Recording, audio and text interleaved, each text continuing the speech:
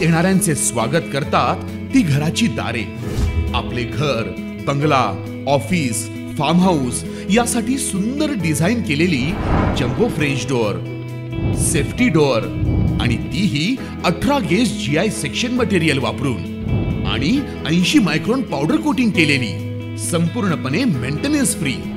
नजर खिळून राहील असे आकर्षक सर्व प्रकारचे डोर्स मिळण्याचे नाशिक मधील एकमेव नाव शिवाय एंटरप्राइजेस।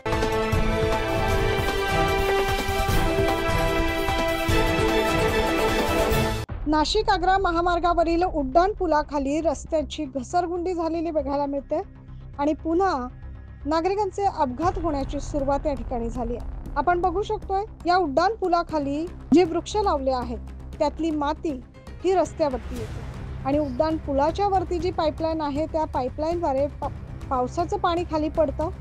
हे पाणी या मातीला लागतं आणि त्या ठिकाणी चिखल किंवा गाळ तयार होतो। हा निसरडा चिखल असतो, त्यामुळे या ठिकाणाहून जाणारे वाहन किंवा पायी चालणारे नागरिक यांचा पाय घसरून किंवा गाडीचे टायर घसरून अपघात झाल्याच्या घटना या वारंवार घडतात, दरवर्षीच घडतात। हे सफेद पट्टे जे मारलेले आहे ना, त्याच्यामुळे जास्त ॲक्सिडेंट व्हायची भीती आहे, कारण की आदळती आहे गाडी आणि सटकून बसती आहे, पावसात स्लिप होती आहे, त्याच्यात बाकी काही नाही। त्याच्याने स्लिप होती। हो, काल रात्री मी 9:30ला कामावरून येत होतो तेव्हा स्लिप झालेली आहे गाडी।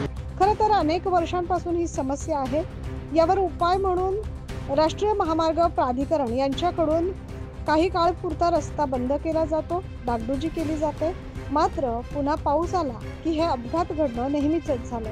दरवर्षीचीच ही समस्या असल्यामुळे या ठिकाणी जाणाऱ्या वाहकांनी आपले रोष व्यक्त केला। दरवर्षीच पावसाळ्यात ही समस्या निर्माण झाली आहे, त्यामुळे जास्त प्रमाणात अपघात देखील घडत असतात। वाहन चालकांना येथून जाताना आपला आवाज मोठीत धरून वाहन चालवावे लागते, त्यामुळे या समस्येवर लवकरात लवकर तोडगा काढावा असा सूर आता नाशिककरांकडून येतोय। 9 न्यूज महाराष्ट्रासाठी प्रतिनिधी अमर सोळंके।